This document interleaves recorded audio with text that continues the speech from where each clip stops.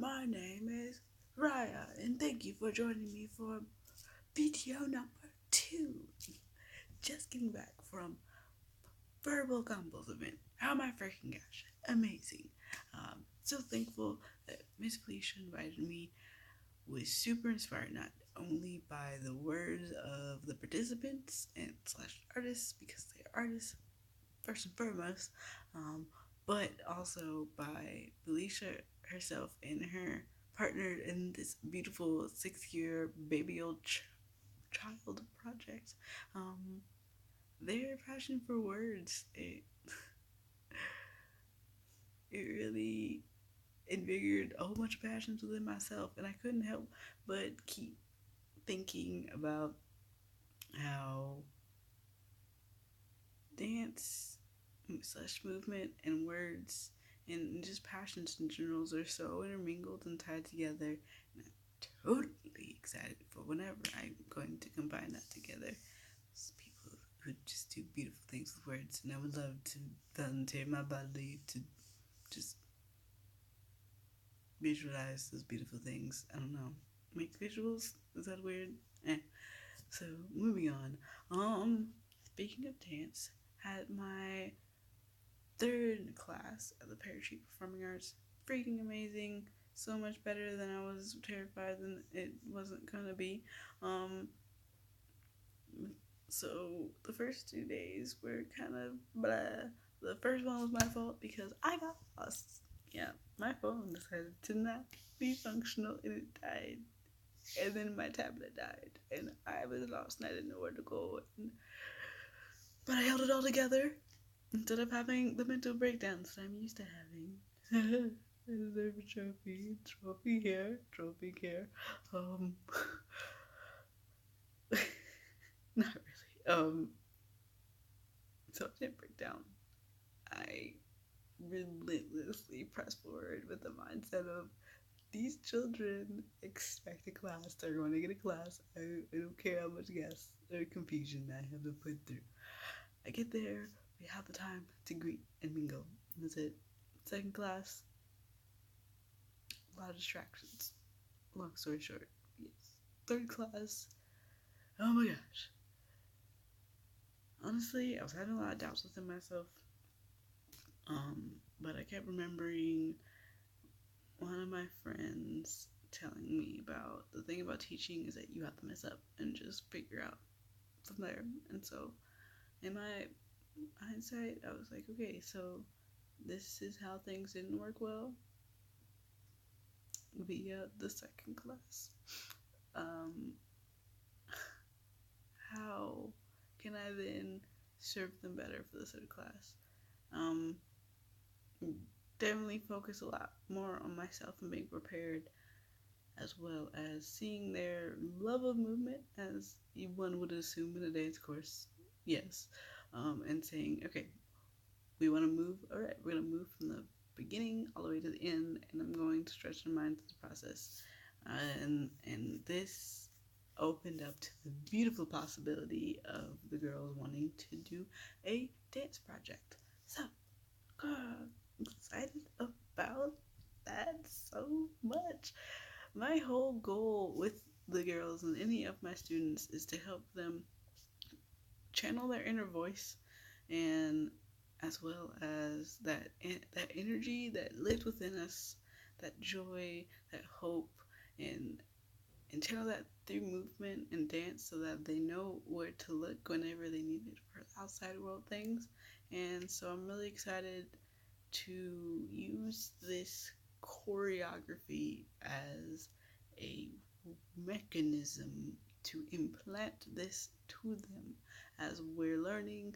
I will also be bringing the vocabulary and they'll be having fun, so it will seep into their glorious minds even more quickly. I don't know what the obstacles are going to be. I don't know what the opportunity is going to be, but I am vividly excited to find out. So, next,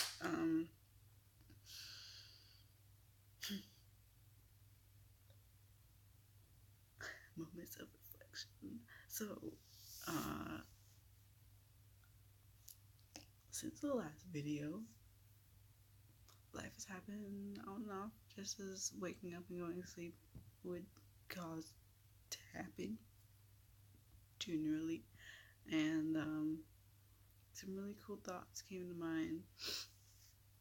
One of the primary ones, it's really stuck because I've been in my head and I'm just like, well, I'm awkward, or I have anxiety, or I go through depression, or maybe I'm not the best person at this, and I'm not good at responding with people, and I'm not good at networking.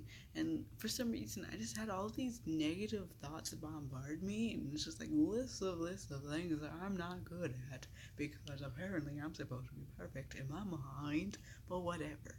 And uh, I remember thinking about how I'd messed up so much that I can't forgive myself for all the things that, like all the obstacles I've caused for other people, and then the thought rose in my mind of, doesn't it matter what you are? It only that matters what you do with that, and that was really a way to wherever that voice came from. I understood that the message was really a way to stop that thought path, that process, and shake it up and break it up and be like, okay, cool. You're for certain you want to settle on saying that you're all these things. That's good for you. You do you, boo boo. However, still what? What now? You better this, you better that. You mess up over here. You mess up doing these activities. You could have done that better. So what? Nobody cares. Get up. And like, what are you gonna do about this? Are you going to continue to complain? Are you going to continue to analyze this? Or are you going to do something?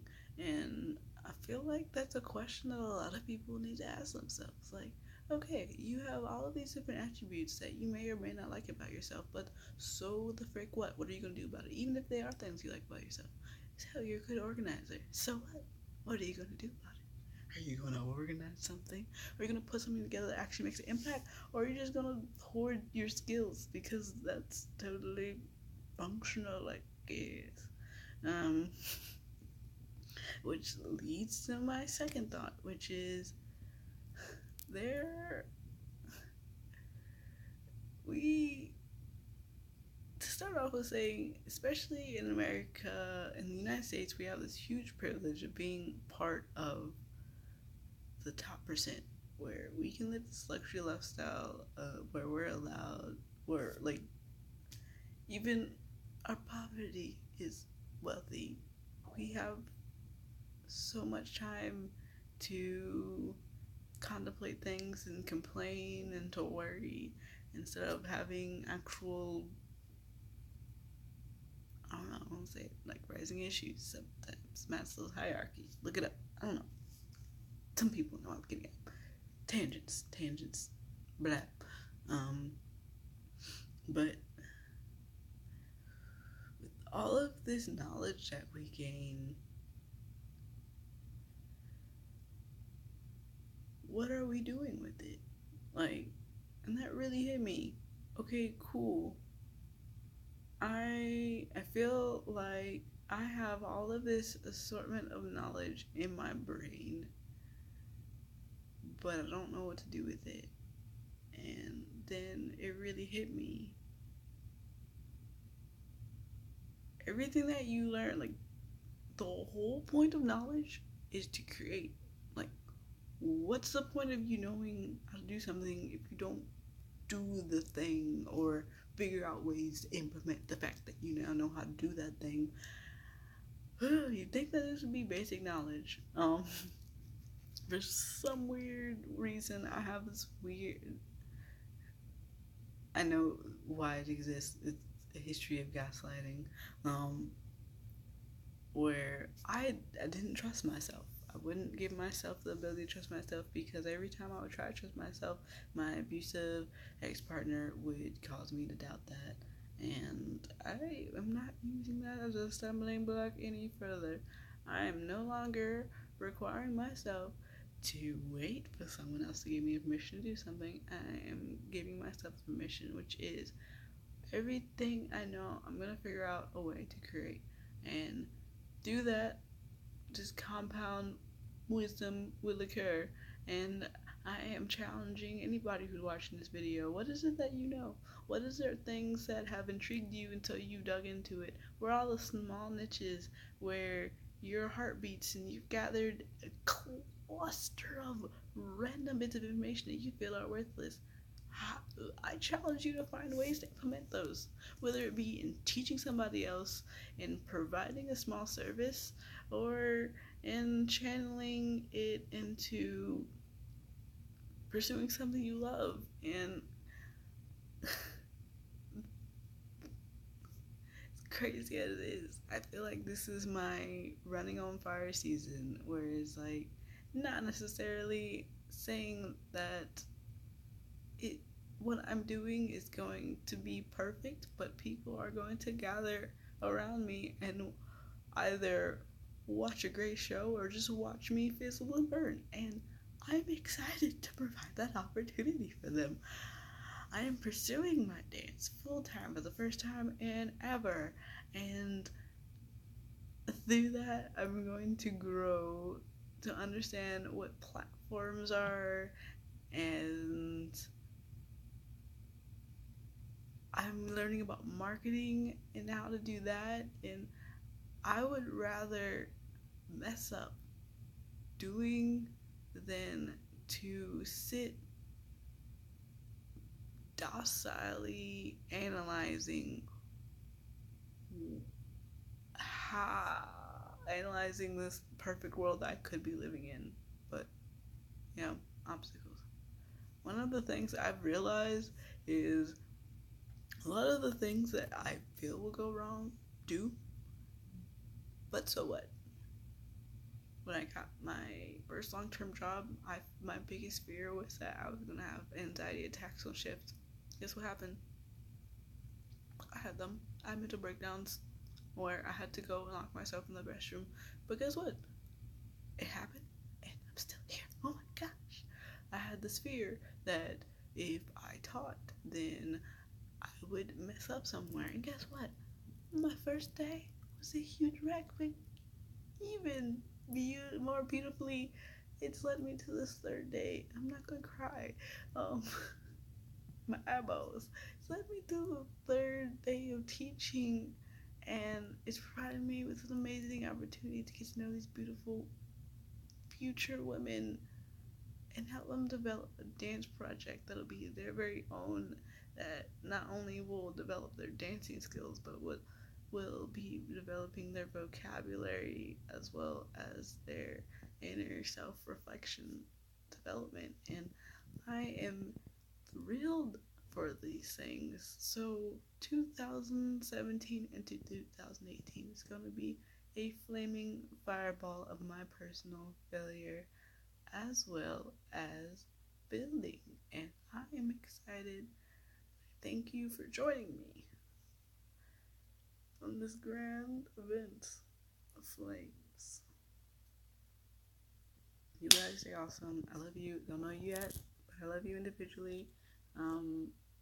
Praying for y'all. Thank you for watching. Leave your comments and your ideas, critiques, whatever, blah blah blah.